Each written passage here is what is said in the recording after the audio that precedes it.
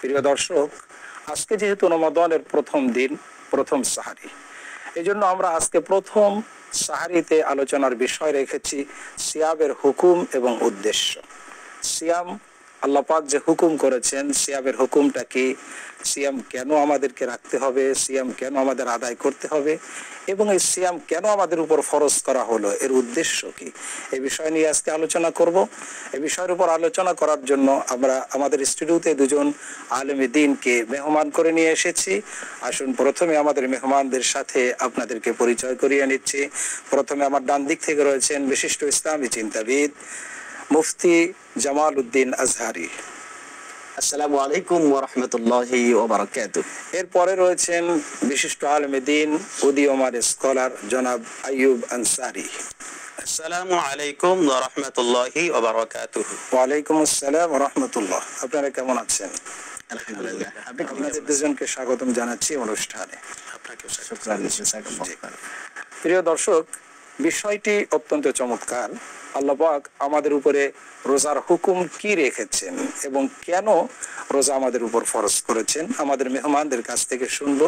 প্রিয় দর্শক, আমরা শুনতেছিলাম রমাদানের আহকাম এবং উদ্দেশ্য। আমি মাওলানা আইয়ুব আনসারী সাহেব আপনার কাছে আসবো। আপনার কাছে প্রশ্ন হচ্ছে, সিয়ামের উদ্দেশ্যটা কি? ইন্নাল হামদুলিল্লাহ ওয়াস সালাতু ওয়াসসালামু আলা মান লা নাবিয়্যা বা'দা।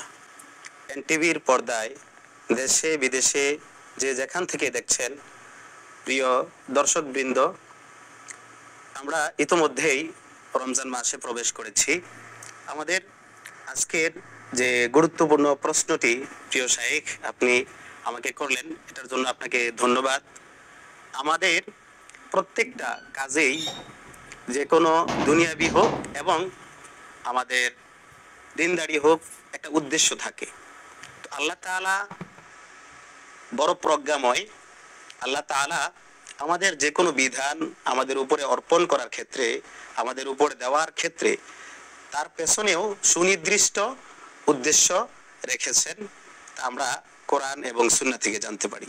তো সিয়াম মুসলমানদের জন্য, মুমিনদের জন্য আমরা ইতোপূর্বেই জানতে পেরেছি আমাদের প্রিয় শাইখ আমাদের জামাল উদ্দিন আজহারি হাফিজাহুল্লাহর কাছ থেকে, যে রমজানের রোজা হুকুম হিসেবে ফরজ করা হয়েছে।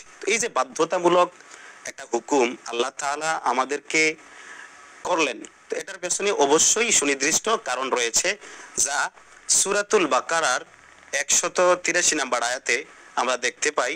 আল্লাহ তাআলা বলেন, ইয়া আইয়ুহাল্লাযীনা আমানু কুতিবা আলাইকুমুস সিয়াম কামা কুতিবা আলাল্লাযীনা মিন ক্বাবলিকুম লাআল্লাকুম তাত্তাকুন।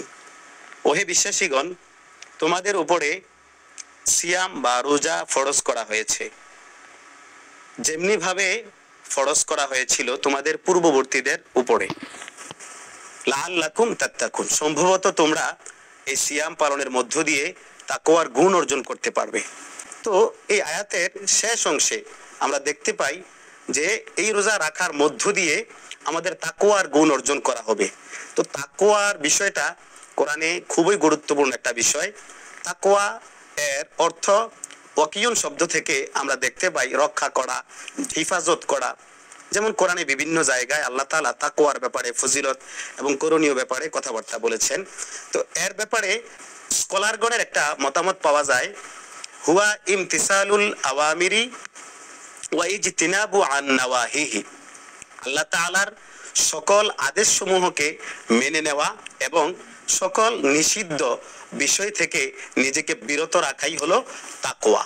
তো তাকওয়ার গুণটা এই সিয়ামের মধ্য দিয়ে অর্জিত হয়।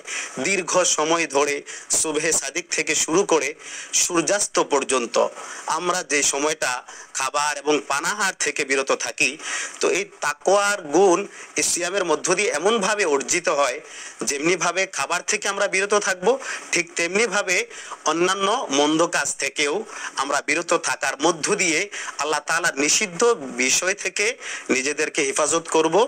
আবার আমরা আল্লাহ তাআলার আদিষ্ট বিষয়সমূহ রমজানের মধ্যে আমরা পালন করব। তো দীর্ঘ সময় ধরে, একদিন, দুদিন, 3 দিন করে 29 বা 30 দিন পূর্ণ 1 মাস যখন আমরা এমনিভাবে সিয়াম পালন করব, এতে করে আমাদের দীর্ঘ সময় আল্লাহর হুকুম মেনে চলার মধ্য দিয়ে তাকওয়ার গুণটা অর্জিত হবে। আর এই তাকওয়ার গুণটা অর্জিত হলে এটা আমাদের ব্যক্তি জীবনে আল্লাহর ভয়ের মাধ্যমে সকল অন্যায় মন্দ কাজ থেকে আমরা বিরত থাকতে পারবো। এর মধ্য দিয়ে সমাজ জীবনে ব্যাপক উপকার পাওয়া যাবে।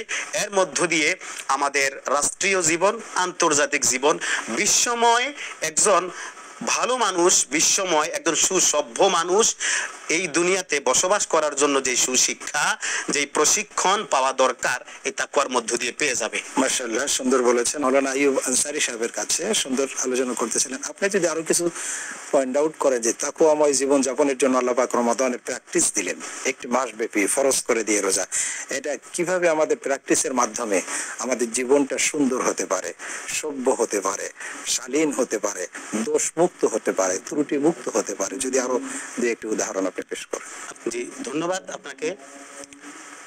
আমাদেরকে আল্লাহ তাআলা তাকওয়াময় জীবন গঠন করার জন্য, তাকওয়াপূর্ণ পরহেজগারী, খোদা ভীতির গুণে গুণান্বিত হওয়ার জন্য যে রমজানে অপরচুনিটি এবং বিভিন্ন অফারগুলো আমাদেরকে দিলেন, এগুলো যদি আমরা একটু করে কাজে লাগানোর চেষ্টা করি, তবে আমরা দেখতে পাই হাদিসের আলোকে আমরা তাকওয়ার গুণ পরিপূর্ণ অর্জন করতে পারি।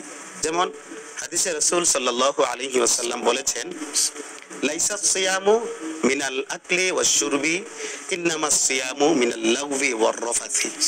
ইতিপূর্বে আমরা শুনতে পেয়েছি যে আমাদের নফসানিয়াত, আমাদের ইত্তেবাউল হাওয়া থেকে আমরা কিভাবে নিজেদেরকে নিয়ন্ত্রণ করব। তো আল্লাহর রাসূল সাল্লাল্লাহু আলাইহি ওয়াসাল্লাম বলেন, হাওয়া মানে হচ্ছে মনের কামনা বাসনা, অন্যায় যেটা দুনিয়াবি বিভিন্ন খেয়াল খুশি। জি, রাসূল সাল্লাল্লাহু আলাইহি ওয়াসাল্লাম বলেন, শুধু খাবার থেকে বিরত থাকাকেই এবং পানাহার থেকে বিরত থাকাকেই সিয়াম বলা হয় না। সিয়াম বলা হয় নিজের লাভ, অর্থাৎ অনর্থক কথা, কাজ, যেই কাজে কোনো কল্যাণ নিজের নাই, জাতির নাই, বিশ্বময় কারোরই কোনো উপকার নাই, এমন কোনো কাজ যারা রোজাদার তারা করবে না, সিয়াম রাখা অবস্থায় তারা করবে না, আর এটাকেই সিয়াম বলবে। এখানে আমি একটু শেয়ার করি আপনাকে যে মুমিনদের গুণাবলী হচ্ছে ওয়াল্লাযীনা হুম আনিল লাগবি মুরিদুন। এখানে সফল মুমিনদের গুণাবলী আল্লাহ তাআলা সূরা মুমিনুনে বলেছেন যে এই সিয়ামের মধ্য দিয়ে রাসূল যেটা বলেছেন যে মানুষের খাবার এবং পানাহার বিরত থাকাকেই সিয়াম বলা হয় না। এখানে সিয়াম মূলত নিজের অনর্থক কাজ, তারপরে ফাহিশা কাজ, মিনার রফাস, লাগবি ওয়ার রফাথি, অশ্লীল কাজ, ফাহিশা যত কাজ, মন্দ যত কাজ, খারাপ ভাব, কাম ভাব জাগ্রত হয়, এরকম এমন যত কাজ, এগুলো থেকে নিজেদেরকে বিরত রাখাকেই রাসূল সিয়াম বলেছেন। অন্য হাদিস থেকে জানতে পারি রাসূল বলেছেন, মাল্লাম ইয়াদা কওলা যুর ওয়াল আমালা বিহি ফালাইসা লিল্লাহি হাজাতুন। রাসূল বলেন যে তোমরা যে খাবার থেকে বিরত থাকবা, পানাহার থেকে বিরত থাকবা, কিন্তু মিথ্যা এবং এমন অপরাধমূলক কাজ থেকে বিরত থাকবা না, এটাকে আল্লাহ তাআলা সিয়াম মনে করেন না। এমন রোজাদারের রোজার আল্লাহ তাআলার কোনো প্রয়োজন নেই। যেহেতু আমরা অন্য হাদিসে জানতে পারি সিয়ামটা রাখার উদ্দেশ্যই একমাত্র আল্লাহ তাআলার সন্তুষ্টি। তো এই জন্য আমরা তাকওয়ার গুণ অর্জন করার মধ্য দিয়েই আল্লাহ তাআলার সন্তুষ্টি অর্জন করতে পারবো, সিয়ামের উদ্দেশ্য হাসিল করতে পারবো। আলহামদুলিল্লাহ, আপনাদের দুজনকে অসংখ্য মোবারকবাদ। ছোট্ট ছোট্ট করে সিয়ামের হুকুম এবং উদ্দেশ্য আপনারা দর্শকদের জন্য ব্যক্ত করলেন, আপনাদেরকে অসংখ্য ধন্যবাদ।